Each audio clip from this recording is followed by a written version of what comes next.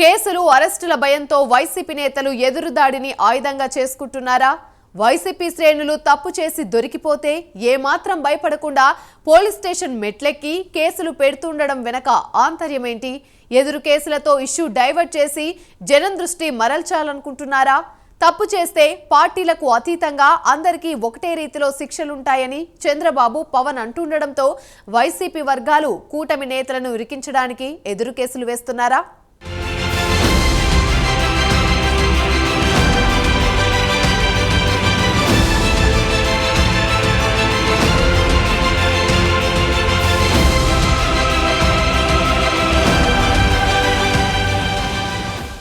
మాజీ ముఖ్యమంత్రి జగన్ ఓటమి తర్వాత పూర్తి డిఫెన్స్ లో పడినట్లే కనిపిస్తున్నారు. అక్రమాస్తుల కేసులో సిబిఐ, ఈడీ విచారణలు, బాబాయ్ వివేక హత్య కేసులో సిబిఐ విచారణ, గత 5 ఏళ్లలో జరిగిన అక్రమాలపై కూటమి ప్రభుత్వ విచారణలు, తాజాగా అదానీ వ్యవహారం, ఇలా వరుస ఆరోపణలతో ఆయన ఉక్కిరి బిక్కిరి అవుతున్నారన్న అభిప్రాయం వ్యక్తమవుతోంది. అటు సోషల్ మీడియాలో చెలరేగిపోయిన వైసీపీ క్యాడర్ వరుసగా జైలు పాలవుతోంది. అయినా మాజీ ముఖ్యమంత్రి మాత్రం గాంభీర్యం ప్రదర్శిస్తున్నారు.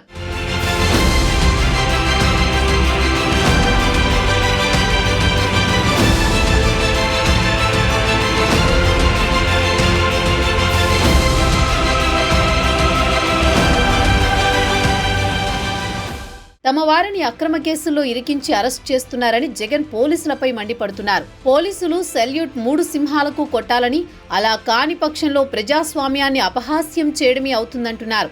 ఎల్లకాలం ఈ ప్రభుత్వం ఉండదని, మీరు చేసే పనులు పోలీస్ డిపార్ట్మెంట్ పరువుపై ప్రభావం చూపుతాయని పోలీసులను హెచ్చరిస్తున్నారు.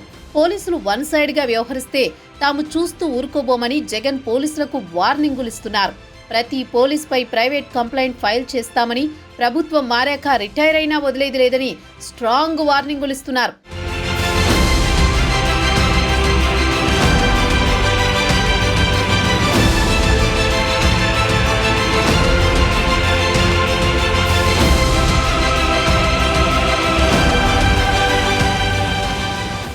అసలు ముందు నుంచి జగన్ ఎదురుదాడే తన వ్యూహంగా పెట్టుకున్నారంటున్నారు.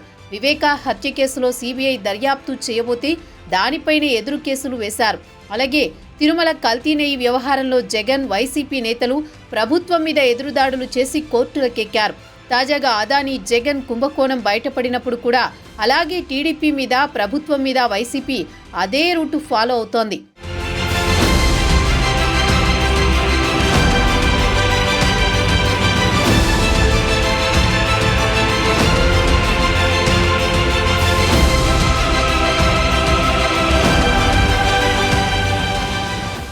జగన్ చూపిస్తున్న ఆ బాటలోనే వైసీపీ నేతలు రాటు తేలుతున్నట్టు కనిపిస్తోంది. తప్పు చేసి దొరికిపోయినా కూడా డోంట్ కేర్ అన్నట్లు వ్యవహరిస్తున్నారన్న అభిప్రాయం వ్యక్తమవుతోంది.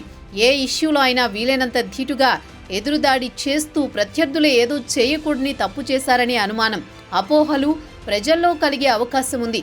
అలా ప్రజల దృష్టి అసలు సమస్య మీద నుంచి మళ్లించి వాదోపవాదనల మీదే దృష్టి పెట్టేలా చేస్తే సమస్య నుంచి బయటపడవచ్చని వైసీపీ నేతలు భావిస్తున్నట్లు కనిపిస్తోందని విశ్లేషకులు అంటున్నారు. వైసీపీలో అందరూ అదే ఫార్ములాని ఫాలో అవుతూ సమస్యల నుంచి బయటపడే ప్రయత్నం చేస్తున్నారన్న అభిప్రాయం వ్యక్తమవుతోంది.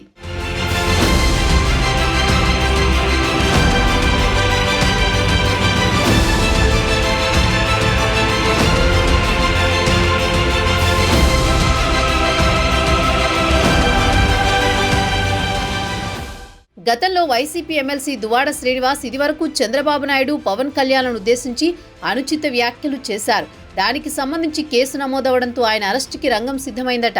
దాంతో ఆయన అజ్ఞాతంలోకి వెళ్లారు. ఆ క్రమంలో ఆయన ప్రియురాలు దివ్యల మాధురి సీన్లోకి ఎంట్రీ ఇచ్చారు. ఆమె టెక్కలి పోలీస్ స్టేషన్లో టీడీపీ సోషల్ మీడియా కార్యకర్తలపై ఫిర్యాదు చేశారు. వారు తన గురించి, దువ్వాడ శ్రీనివాస్ గురించి సోషల్ మీడియాలో చాలా అనుచితమైన పోస్టులు పెడుతూ వేధిస్తున్నారని మాధురి కంప్లైంట్లో పేర్కొన్నారు.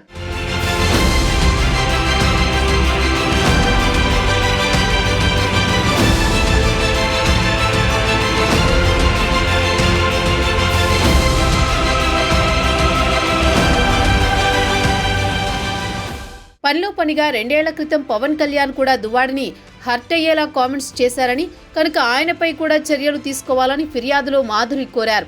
తమ జోడీపై సోషల్ మీడియాలో ప్రచారం గురించి పోలీస్ స్టేషన్ మెట్లెక్కారు. సరే, మరి ఆ కేసులో పవన్ కళ్యాణ్ పేరుని కూడా జోడించే ప్రయత్నం చూస్తే ఇంతకీ ఆమె కేసు ఎందుకు పెట్టారు అంటే జగన్ స్కూల్ని ఫాలో అవుతున్న ఆమె ఎదురుదాడిని అస్త్రంగా మార్చుకున్నారన్న అభిప్రాయం వ్యక్తమవుతోంది.